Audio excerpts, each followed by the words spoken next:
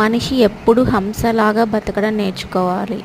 అంటే హంస ఏం చేస్తుంది, మనం ఒక బౌల్లో పాలని నీళ్ళని పోసినప్పుడు అది పాలని మాత్రమే తాగిద్ది, నీటిని చెదిస్తుంది అంటే వదిలేస్తుంది.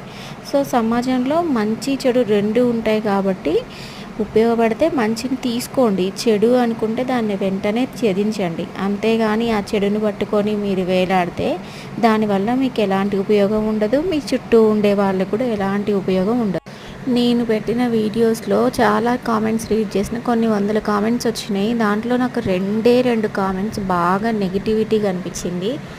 సో ఓకే, మీరు బయట అంటే మీరు చూసేవన్నీ అట్లా ఉండడం వల్ల తప్పుగా అనిపిస్తుండొచ్చు, ఏదో చేయడం కోసం చేస్తున్నారని మీ ఉద్దేశం కావచ్చు. ఏదేమైనా కానీ ఉపయోగపడితే తీసుకోండి, ఉపయోగం లేకపోతే వదిలేయండి. నలుగురికి ఉపయోగపడే పని ఏదైనా ఉంటే అది వేయండి.